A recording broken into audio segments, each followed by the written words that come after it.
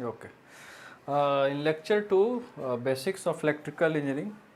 Now we have discussed the voltage, current, each and everything. One objective question I have also discussed. Now I will start the components of the electrical engineering. Basically, three components. First, that is known as the resistor. Second, that is known as the inductor, and third, that is known as the capacitor. इन्हीं तीनों component और basic principle पे ही total electrical engineering हमारा best है। अगर ये दो जो कंपोनेंट है आपके inductor and capacitor, that is very very important. ये जो एक कंपोनेंट है यही इलेक्ट्रिकल इंजीनियरिंग को टफ, कॉम्प्लिकेटेड और काफ़ी एक वास्ट एरिया प्रोवाइड करते हैं। अगर इलेक्ट्रिकल इंजीनियरिंग से ये दोनों कंपोनेंट को रिमूव कर दिया जाए तो ओनली रजिस्टर पे the easiest branch of engineering हो जाता है, और अगर ये दोनों को ऐड कर देते हैं तो लिटिल बिट और मोर टफेस्ट ब्रांच। तो first of all we will discuss the register कि रजिस्टर होता क्या है। देखिए, it is a component which is used to limit the current value।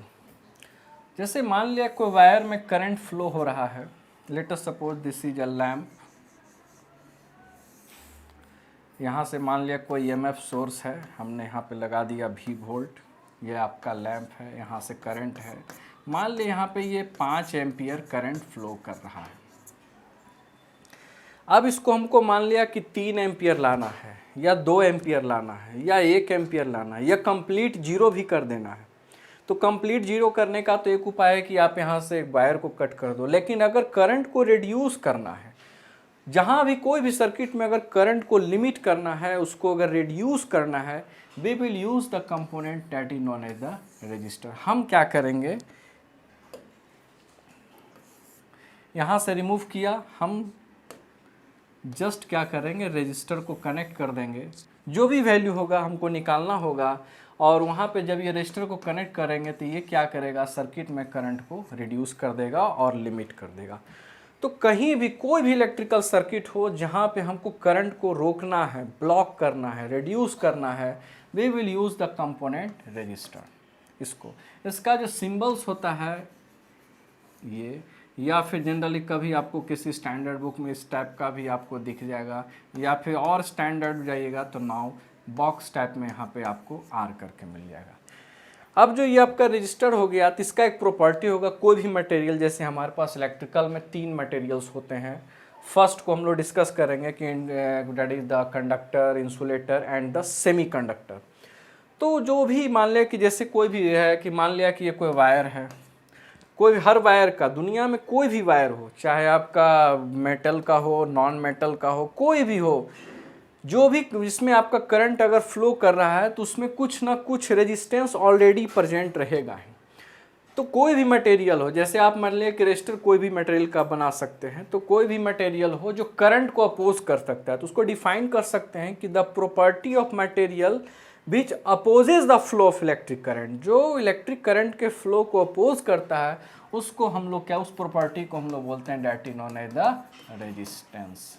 तो जो प्रॉपर्टी हो गया अपोज करने का करंट का, उसको हम लोग बोले रेजिस्टेंस, और जो कंपोनेंट हो गया उसको हम लोग बोलते हैं that is known as the resistor.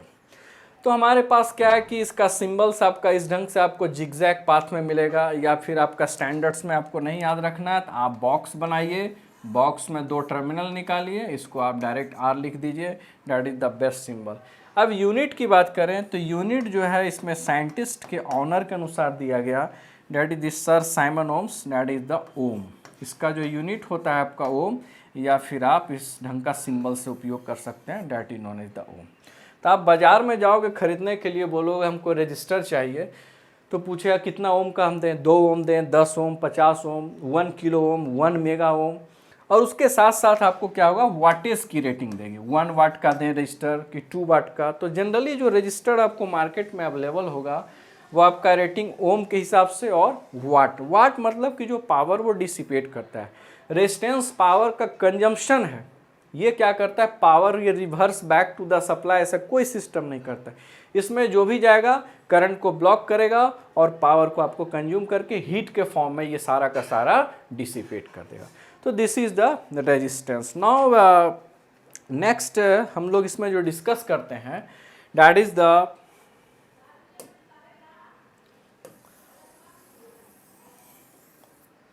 Next that is the properties of resistance.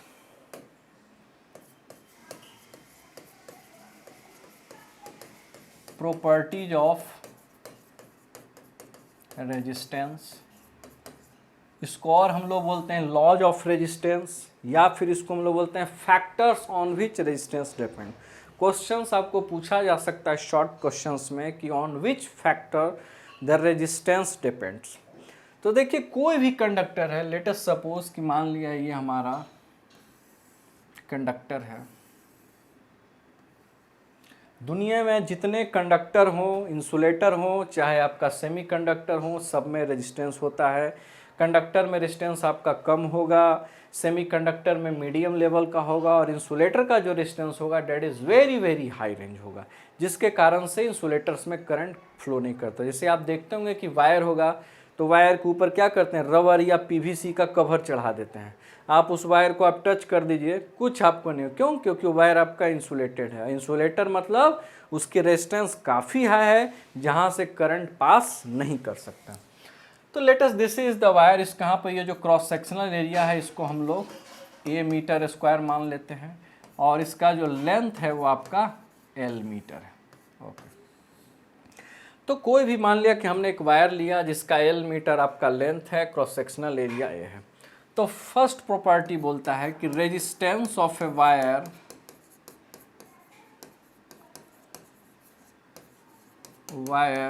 Is directly proportional to the length of the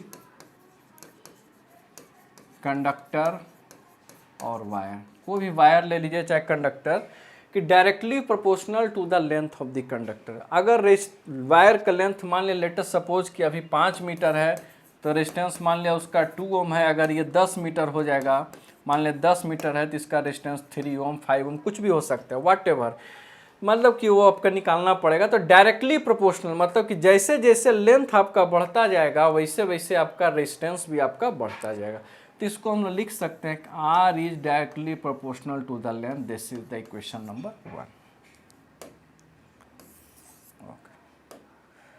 दूसरा जो लॉ बोलता है कि रेजिस्टेंस ऑफ अ वायर और कंडक्टर भी आप लिख सकते हैं, no problem, is inversely proportional. That is the inversely proportional, ये हमने ए मीटर स्क्वायर लिया है, तो inversely proportional to the cross sectional area. Cross sectional area आपका देखिए ये हुआ, this is the cross sectional area. यानी कि अगर वायर का मोटा तार कहने का मतलब हम जैसे ले सकते हैं कि 2 वायर है, जैसे let us suppose this is the 1 wire A, इसका क्रॉस सेक्शनल एरिया मान लिया A1 मीटर स्क्वायर है। एक वायर और हम लेते हैं,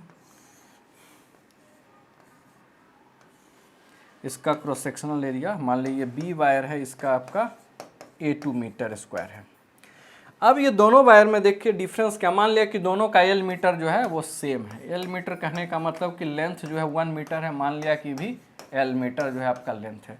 but cross sectional difference, cross sectional area मान लिया कि ये जो वायर है आपका ये मोटा वायर है, थीक वायर है, ये आपका पतला वायर है। देखिए पतला वायर, तो क्या बोल रहा है कि resistance of wire conducting inversely proportional to the cross sectional area. यानी कि जिस वायर का एरिया ज़्यादा होगा उसका रेजिस्टेंस कम होगा इन्वर्स। यानी जो वायर मोटा है उसका रेजिस्टेंस कम होगा, और जो वायर आपका पतला है उसका रेजिस्टेंस आपका ज़्यादा होगा। सिंपल भाषा में बोल सकते हैं कि जो पतला वायर होगा, पतला वायर कहने का मतलब कि जो आप जैसे जो वायर होता है इस ढंग का होता है, जैसे आपका अंदर है, अंदर में कॉपर रहता है, तो इसका क्रॉस सेक्शनल, ये रबड़ का नहीं मेंटेन करना है। रबड़ जैसे मान लिया आप इसको छील के ऊपर निकाल लेते हो ऐसे, तो यहाँ पे जो ये होता है, ये जो वायर जो ऊपर निकला मान लिया ये जो पोर्शन, तो इसका क्रॉस सेक्शनल लेंगे कि ये कितना क्रॉस सेक्शनल है, इसका टोटल का नहीं लेंगे। जो भी हम लोग स्टैंडर्ड वायर गेज मेजरमेंट करते हैं तो इसका लेके चलते हैं।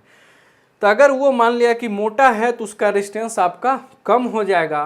तो देखते होंगे कभी कभी आपके घर में इन्वर्टर लगा होता होगा तो उसमें क्या करते हैं हम लोग डीसी वायरिंग करते हैं। तो डीसी वहाँ पे क्या होता है कि जो बैटरी को चार्ज करना होता है तो वहाँ पे very high current will flow to the battery, और बैटरी से भी हम लोग हाई करंट लेते हैं।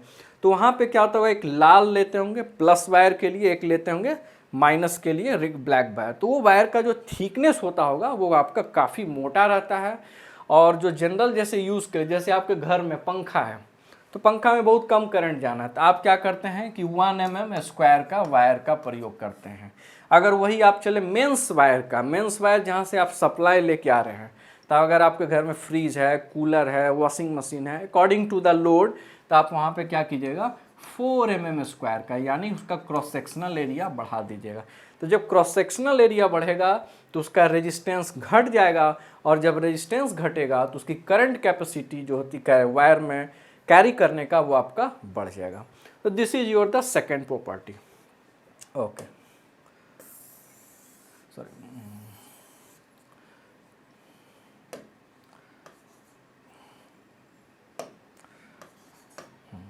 Third property, resistance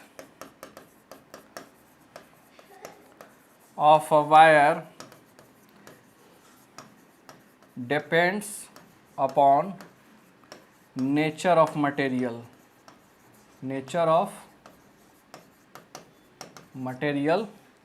of which it is made। इसका कहने का मतलब हुआ कि जो रेजिस्टेंस ऑफ वायर है डिपेंड्स करता है मटेरियल, किस मटेरियल का वायर बना हुआ है। अब इसका मतलब है कि जैसे वायर बहुत सारे हमारे पास मेटल का वायर बढ़ता है, तो मेटल में हमारे पास कॉपर भी आता है, सिल्वर भी आता है, गोल्ड भी आता है, आयरन भी आता है, एल्यूमिनियम भी आता है। तो इतने सारे कंडक्टर्स हैं। तो जनरली जो हम लोग सबसे ज़्यादा जो उपयोग डेली लाइफ में करते हैं वो कॉपर का प्रयोग करते हैं और एल्युमिनियम का, और अर्थिंग में कहीं कहीं हम लोग आयरन का प्रयोग करते हैं। तो मान लिया कि उसका कहने का मतलब है कि late us suppose nature of material कहने का मतलब क्या हुआ कि हम यहाँ पे क्या करते हैं कि सेम लेंथ का, सेम क्रॉस सेक्शनल एरिया का अलग अलग मटेरियल का वायर लेके एग्जांपल लेते हैं। Late us suppose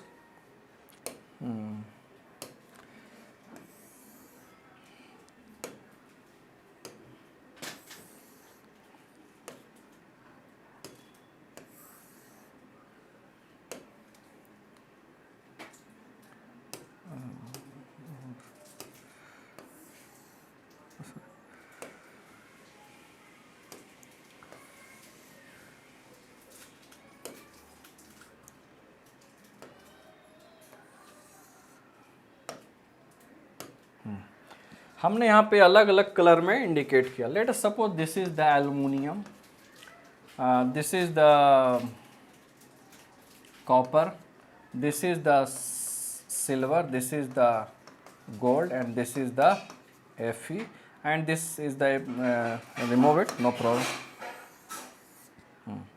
Okay, same cross sectional area, all the wires, aluminum, copper, silver, gold, Fe, all the wires have same cross sectional area, same length. But when we compare the resistance, you will observe that the silver will have very least resistance। Silver का जो resistance होगा आपका सबसे कम होगा, क्योंकि it is the best conductor of electricity. उसके बाद जो आपका थोड़ा हाई रेजिस्टेंस होगा वो आपका Au यानी आपका गोल्ड का होगा। उसके बाद आपका हाई रेजिस्टेंस थोड़ा सा कॉपर का होगा, उससे ज़्यादा थोड़ा सा हाई एल्युमिनियम का, और सबसे ज़्यादा रेजिस्टेंस होगा आपका आयरन का होगा।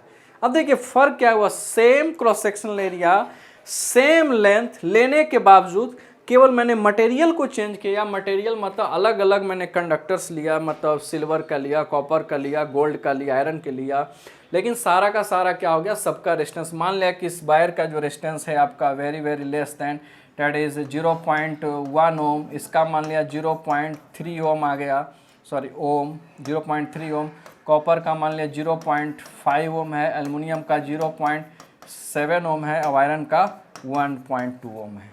इस ढंग से मान लिया कि अलग अलग एक लेटेस्ट एग्जाम्पल ले रहे हैं, ऐसा मेजरमेंट करने के बाद होगा कि कितना रेजिस्टेंस होगा। तो ये क्या है कि अलग अलग वायर। तो बात आता है कि सबसे बेस्ट कंडक्टर तुम्हारा सिल्वर है, सिल्वर का उपयोग, लेकिन सिल्वर क्या है वेरी कॉस्टली, जिसके कारण से हम लोग उपयोग नहीं करते हैं। हम लोग जो सबसे ज़्यादा जो कंडक्टर में उपयोग करते हैं that is the copper and second is the aluminium, और कहीं कहीं ज़रूरत पड़ता है तो हम लोग अर्थ वायर का, अर्थ वायर में अर्थिंग सिस्टम में या फिर कहीं सपोर्ट के, तो वहाँ पे हम लोग आयरन का प्रयोग करते हैं। Okay next. अब जो हम लोग आते हैं कि अब जो इक्वेशन 1 है, इक्वेशन 4 जो हो गया, 4 क्या बोलता है, ओके हाँ, resistance of a wire depends upon the temperature, it's a very important.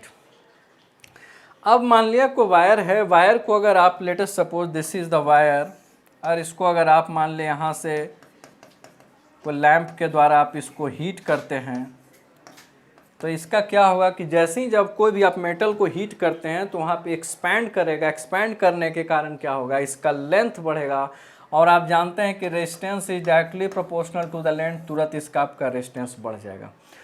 तो मान लिया कि कहीं भी देखिए जब भी आपका जब टेम्परेचर बढ़ेगा तो वायर का रेजिस्टेंस बढ़ेगा, और टेम्परेचर घटेगा तो वायर का रेजिस्टेंस घटता हुआ चला जाएगा। तो बात आता है कि भाई कि जैसे अभी आप जनरल जो हम लोग वर्क करते हैं, जनरली हम लोग जो रूम टेम्परेचर जो एम्बिएंट टेम्परेचर लेते हैं वो 30 डिग्री लेके चलते हैं, तो 30 डिग्री पे रेजिस्टेंस जो हमारा टोटल रहता है कैलकुलेशन।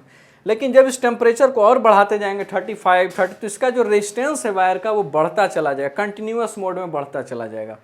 लेकिन जब इसको टेम्परेचर को घटाते जाएंगे, एक टेम्परेचर आएगा माइनस में 234 समथिंग फ़ारेनहाइट डिग्री, तो वहाँ पर उस टेम्परेचर पे क्या होगा कि ये वायर का रेजिस्टेंस ऑलमोस्ट जीरो हो जाएगा, नियरली जीरो।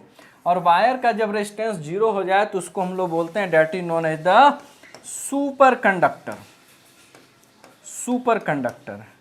सुपर कंडक्टर क्या है कि ये बहुत ही इंपॉर्टेंट है। अगर ये हम लोग एग्जिस्ट कर लें तो हमारा जितना जो पावर ट्रांसमिशन में लॉसेस होता है 20%, 24% पावर का, जितना जो रेजिस्टेंस का प्रॉब्लम है वो समस्या ही खत्म हो जाएगा।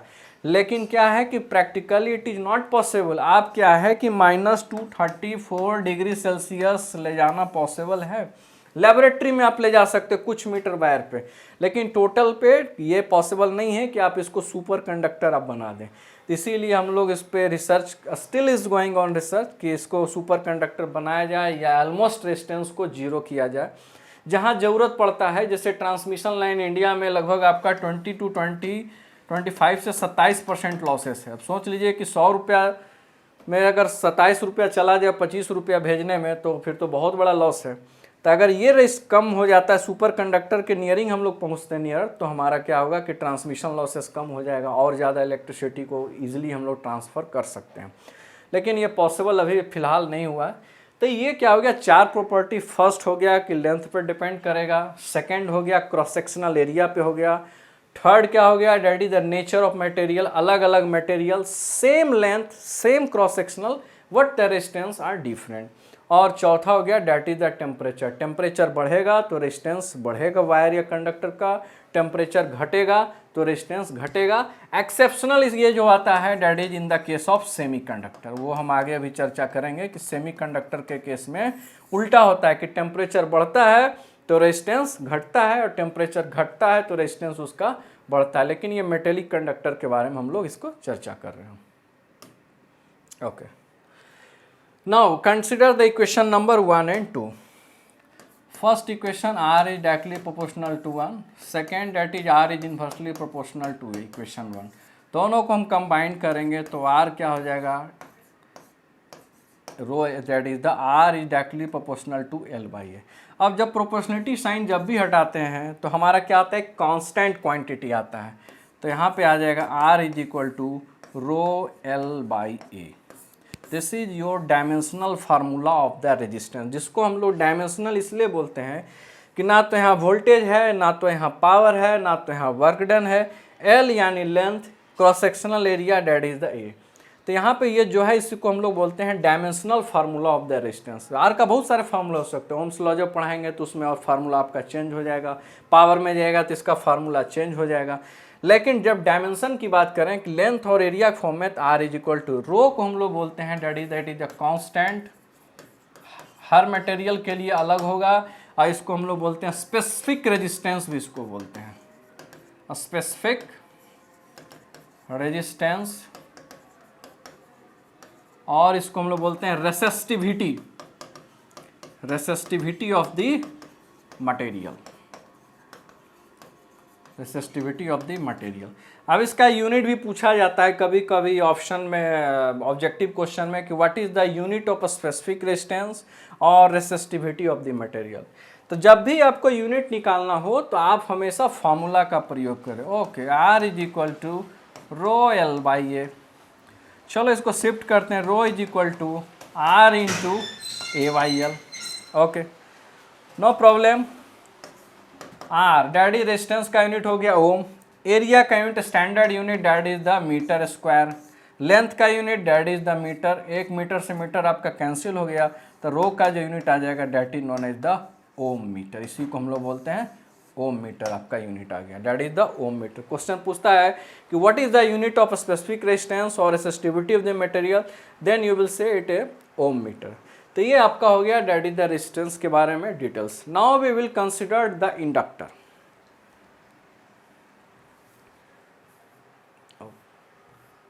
Okay, inductor, this is the inductor, scientific name, engineering name, और इसका मार्केट नेम है जिसको आप लोग बोलते हैं क्वाइल।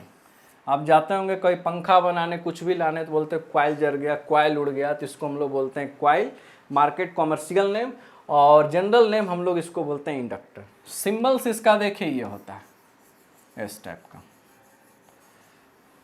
जैसे known as the symbols of inductor. अगर ये फिक्स्ड है, अगर वेरिएबल इसको बनाना है, आप इसमें कुछ नहीं कीजिए, आप सिर्फ इसको में एरो डाल देते हैं। अब देखिए इंडक्टर का उपयोग क्या है। रजिस्टर का तो बोले कि करंट को लिमिट कर दीजिए, काम खत्म हो गया। अब जैसे देखिए हम लोग अभी जो डील कर रहे हैं, टोटल जो हमारे घर में सप्लाई है वो आपका एसी सिस्टम है। टोटल एसी मतलब टोटल क्या 90% हम लोग एसी पे ही डील कर रहे हैं। पुराने ज़माने में जाइएगा वैदिक युग में, तो उस टाइम पे हमारा सबसे पहले डीसी ही प्रयोग होता था, लेकिन बाद में जब फैराडे आया तो एसी प्रयोग आया। एसी का सबसे बड़ा डिमेरिट्स क्या है कि इट इज नॉट स्टोरेबल, इसको स्टोर नहीं कर सकते हैं। इसको जनरेट किया तुरंत ट्रांसफ़र करो, इसको स्टोर करने में हमको बैटरी, फिर इसको इन्वर्टर लगाइए, कन्वर्टर लगाइए, बहुत सारा इसमें लफड़ा है। लेकिन डीसी को आप क्या स्टोर कर सकते हो डायरेक्टली बैटरी में, बाद में उसको आप उपयोग भी कर सकते हो डायरेक्टली डीसी, या फिर उसको इन्वर्ट करके एसी में भी कर सकते हो। तो हमारे पास जब भी एसी में आता है तो एसी में क्या होता है, हमेशा देखिए एक वेवफॉर्म बनाते हैं हम लोग। मान लिया कि ये आई का है और ये आपका टाइम हुआ, ये आपका 0 लेते हैं, यहाँ पे ये पाई होता है, यहाँ पे आपका 2 पाई होता है। अब यहाँ पे ऑब्जर्व कीजिए कि हर पल, हर टाइम पे देखिए मैग्नीट्यूड इसका चेंज करते जा रहा है। देखिए यहाँ पे π/2 पे मैक्सिमम, फिर घटेगा, फिर घटेगा, फिर घटेगा, फिर 0 आ जाएगा, और फिर एक हाफ कुछ टाइम के बाद ये डायरेक्शन भी चेंज कर देता है। तो मैग्नीट्यूड एंड डायरेक्शन जब दोनों चेंज करेगा, तो ये जो हमारा जो आई है that is the not constant quantity, उसको हम लोग बोल सकते हैं I is equal to D Q by D I by D T, D Q by D T ने D I by D T, यानी जो टाइम के साथ हमारा करंट चेंज कर रहा है। तो जहाँ भी चेंज इन करंट की समस्या हो, जैसे हमारे पास करंट को रोकना है रजिस्टर, 3 समस्याएं आती है। करंट को ब्लॉक कीजिए, दूसरा चेंज इन करंट, बहुत ज़्यादा चेंज इन करंट हो रहा है, चेंज इन करंट, और तीसरा आता है that is known as the change in voltage. 3 बीमारी होती है इलेक्ट्रिकल में, और तीनों का अलग अलग दवाई है। अगर करंट की समस्या है, रजिस्टर का टैबलेट दे दो, कोई प्रॉब्लम नहीं है। चेंज इन करंट की समस्या है, इंडक्टर को दे दीजिए। इंडक्टर को डिटेल्स हम लोग पढ़ेंगे मैग्नेटिक सर्किट में। और चेंज इन वोल्टेज की समस्या है, तो उसको हम लोग बोलते हैं डैट इज द कैपेसिटर। तो इंडक्टर को बोल सकते हैं it is that component which opposes the change in current. कोई भी इलेक्ट्रिक सर्किट हो जहाँ पे अगर चेंज इन करंट बहुत ज़्यादा हो रहा है, बहुत ज़्यादा फ्लक्चुएटिंग है, वहाँ पे हम लोग इंडक्टर को प्रयोग करते हैं, that is known as the inductor. इसका सिंबल हम लोग इस ढंग का, क्वाइल अगर वेरिएबल हो तो इस ढंग का। यूनिट की बात करें इंडक्टेंस की, प्रॉपर्टी जो होता है इंडक्टेंस, इसका जो प्रॉपर्टी होता है इंडक्टेंस की, वह आप करंट में बोले थे कि property of material which opposes the flow of current. Okay, inductance में होगा it is the property of material which opposes change in the current. Change in the current की जहाँ समस्या हो उसको जो अपोज करता है property, that is known as the inductance. और इसका जो हम लोग यूनिट रहता है जनरली हम लोग इसको रखते हैं, that is known as the henry. Henry लिखते हैं या फिर कैपिटल एच में। जैसे आप कॉइल लाने जाओगे बाजार में तो रेजिस्टर को बोले थे क्या, तो 10 ओम, 20 ओम, 50 ओम, 100, 200। कॉइल लेने जाओगे तो पूछेगा कितना हेनरी का दें, 2 हेनरी का, 1 हेनरी का, या फिर मान लिया जो भी हो कितने, तो वो आपको हेनरी से आपको डिनोट किया जाएगा, that is known as the henry. तो ये आपका इंडक्टर। तो इसका जो डिटेल्स है, जितनी जो मैग्नेटिक सर्किट आपका है वो आपका इंडक्टर पे ही बेस्ड है। टोटल का टोटल जितना, जैसे आप बेसिक करें तो टोटल दुनिया का जो आपका इलेक्ट्रिकल कंपोनेंट 75% कंपोनेंट है, सारा का सारा इंडक्टर पे बेस्ड है। जैसे आप सीलिंग फैन कॉइल लगा हुआ है, ट्रांसफार्मर आपका कॉइल लगा हुआ है, आपका जनरेटर आपका कॉइल लगा हुआ है, हर जगह आप इंडक्टर से आप घिरे हुए हैं। क्योंकि मैग्नेटिक इफेक्ट ऑफ करंट के कारण ही हम सारे चीज़ में मूवमेंट लाते हैं, हर चीज़ को मूव करते हैं, सारे चीज़ को यूज़ करते हैं। तो हम लोग जो उपयोग करते हैं that is known as the inductor, और कॉइल का ही हम लोग उपयोग करते हैं। नेक्स्ट जो हमारा जो कंपोनेंट है, ओके